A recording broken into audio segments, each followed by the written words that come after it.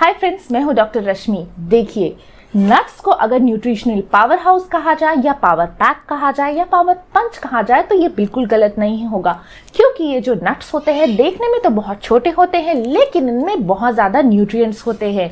इसीलिए अक्सर बड़े बूढ़े कहते हैं कि नट्स को अपने बच्चों को ज़रूर देना चाहिए, लेकिन इसके कुछ डिसएडवांटेज भी है। इसीलिए ये जानना ज़रूरी है कि बच्चों को किस एज से नट्स देना चाहिए और किस फॉर्म में देना चाहिए। तो इस वीडियो में मैं आपको नट्स से रिलेटेड सारी इंपॉर्टेंट बातें बताने वाली हूँ। आप मेरे साथ जुड़े रहिए। मैं हूँ डॉक्टर रश्मि और आप देख रहे हैं बेबी केयर लाइव। तो देखिए, हमारे यहाँ जो नट्स अवेलेबल है मैं उनको दो पार्ट में पहले डिवाइड करती हूँ। पहले होते हैं ट्री नट्स जो कि पेड़ पर उगते हैं, जैसे कि कैश्यू हो गया, मतलब कि काजू हो गया, बादाम हो गया, पिस्ता हो गया, वॉलनट हो गया, यानी कि अखरोट हो गया। इसके अलावा पीनट जो है वो एक लेज्यूम होता है, इसलिए हम उसको अलग कर देते हैं। फिर आते हैं एग्जॉटिक नट्स जैसे कि ब्राजील नट हो गए, हेजल नट हो गए और पेस्डोनिया नट हो गए। तो ये जो नट्स हैं ये थोड़ा हमारे इंडिया में कम पाए जाते हैं, लेकिन आप चिंता मत कीजिए, इस वीडियो में मैं आपको सारे नट्स के बारे में बताने वाली हूँ। तो अब सवाल आता है कि हमें बच्चों को कौन सा नट्स देना चाहिए, किस नट में क्या होता है, किसके क्या फायदे होते हैं, ये आपको जानना जरूरी है।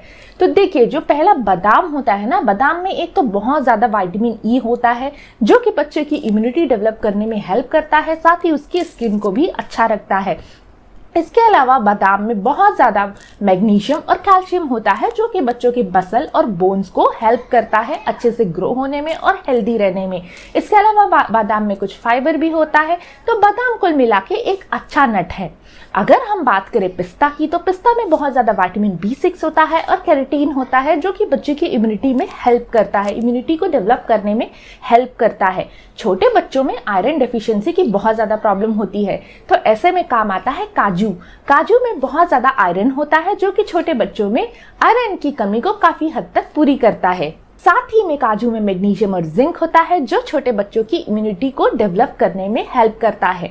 बहुत सारे पेरेंट्स को चिंता होती है कि मैम ये DHA क्या होता है, ब्रेन ग्रोथ करानी है, ब्रेन फूड क्या होता है। तो ये जो मार्केटिंग कंपनी होती है वो भी DHA, ओमेगा 3 फैटी एसिड को बहुत ज़्यादा प्रमोट करते हैं, लेकिन क्या आप जानते हैं कि ये नेचुरली बहुत ईजिली अवेलेबल है वॉलनट के फॉर्म में।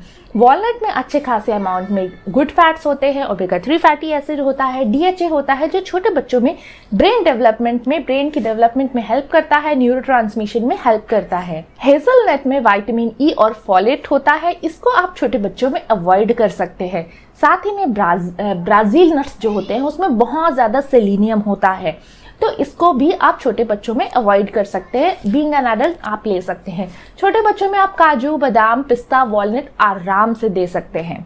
तो अब सवाल आता है कि इसके क्या डिसएडवांटेज हैं और हमें बच्चों को कब से शुरू करना चाहिए।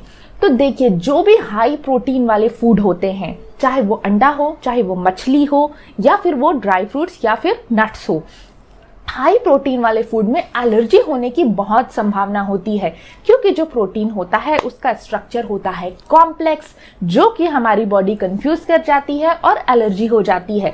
तो इसीलिए जब भी आप नट्स चालू करें, आपको 1 साल से कम के बच्चों में ये अवॉइड करना चाहिए। अगर आपका बच्चा 1 साल को क्रॉस कर गया है तो आप उसे बहुत ईजिली नट्स दे सकते हैं। आपको एक चीज की सावधानी रखनी है कि नट्स एक बार में आपको 1 से शुरू करना है। फॉर एग्जाम्पल, आप पहले बादाम देना चालू कीजिए, 2 वीक तक वेट कीजिए, फिर उसके बाद काजू देना चालू कीजिए, 2 वीक तक वेट कीजिए, फिर वॉलनट ऐड कीजिए, फिर थोड़ा वेट कीजिए, फिर पिस्ता ऐड कीजिए। तो अगर आप धीरे धीरे देना चालू करेंगे तो फिर आपको समझ में आएगा कि किस नट से आपके बच्चों को एलर्जी हो रही है और वो नट आप स्टॉप कर देंगे। अगर आप एक साथ मिला कर देंगे तो आपको ये समझ में नहीं आएगा कि किस नट की वजह से एलर्जी हुई है और आप सारे ही नट्स अवॉइड करने लगेंगे। तो इस बात का आपको ध्यान देना है। अगर आपके बच्चे में कोई एलर्जी नहीं है, कोई प्रॉब्लम नहीं है, तो आप आराम से सारे नट्स दे सकते हैं। अगला सवाल आपके माइंड में आया होगा कि मैम ये हमें कैसे पता चलेगा कि बच्चों को एलर्जी है। तो देखिए, अगर बच्चे को दाने या रैशेज हो रहे हैं या बहुत ज़्यादा डायरिया या बहुत ज़्यादा कॉन्स्टिपेशन हो रहा है, बच्चे की लिप्स और टंग सूज रही है, इसका मतलब उसको सीवियर एलर्जी है, डॉक्टर को दिखाना चाहिए। अब सवाल आता है कि बच्चों को किस फॉर्म में ड्राई फ्रूट्स देना चाहिए। देखिए सारे ही ड्राई फ्रूट बहुत छोटे होते हैं और स्मूथ होते हैं, तो इसलिए उनको गले में अटकने और चोकिंग होने की संभावना होती है। तो इसीलिए आप ड्राई फ्रूट को रोस्टेड एंड पाउडर्ड फॉर्म में दे सकते हैं। बहुत सारे लोग उसको घी या तेल में रोस्ट करते हैं, जो कि आपको अवॉइड करना चाहिए, क्योंकि ड्राई फ्रूट्स में ऑलरेडी बहुत हैवी अमाउंट में फैट होता है। जब भी आप ड्राई फ्रूट या नट्स को रोस्ट करते हैं, आपको एक चीज़ का ध्यान रखना चाहिए कि आपकी गैस सिम पर होनी चाहिए, मीडियम या हाई पर नहीं होनी चाहिए, क्योंकि अगर हम हाई फ्लेम पे उसको रोस्ट करेंगे तो उसके सारे एसेंशियल ऑयल उड़ जाएंगे, एवोपोरेट हो जाएंगे, सारे एंटीऑक्सीडेंट डिस्ट्रॉय हो जाएंगे। इसलिए उसको कम आंच पर सेकना चाहिए। कम आंच पर हम जब सेकते हैं तो ड्राई फ्रूट से एक्सेस मॉइस्चर निकल जाता है और उसकी सेल्फ लाइफ बढ़ जाती है। ड्राई फ्रूट पाउडर को आप एयर टाइट कंटेनर में फ्रिज में रख सकते हैं 7 दिन के लिए। हर 7 दिन में आपको नया पाउडर बनाना चाहिए। अब हम इस ड्राई फ्रूट पाउडर को कैसे दें? बहुत सारे लोग कहते हैं मिल्क में डालकर दे दीजिए, लेकिन मेरा ये पर्सनल एक्सपीरियंस है कि बच्चों को जब दूध में डालकर दिया जाता है तो वो दूध नहीं पीते हैं, क्योंकि उससे बहुत ही आटे जैसा टेस्ट आता है, पंजीरी जैसा टेस्ट आता है। तो ऐसे में आप उसे खिचड़ी या कोई भी और डिश में, जैसे कि सूजी का हलवा या फिर खिचड़ी या फिर कोई भी और डिश में डालकर दे सकते हैं, ताकि उसे टेस्टी लगे और अच्छा लगे। तो ये था ड्राई फ्रूट्स के बारे में कंप्लीट इंफॉर्मेशन। ऐसे ही जानकारी वाली वीडियोस और भी देखने के लिए आप हमें सब्सक्राइब जरूर करें। मैं हूं डॉक्टर रश्मि और आप देख रहे हैं बेबी केयर लाइव। तो मिलते हैं फिर किसी और वीडियो में, तब तक के लिए बाय।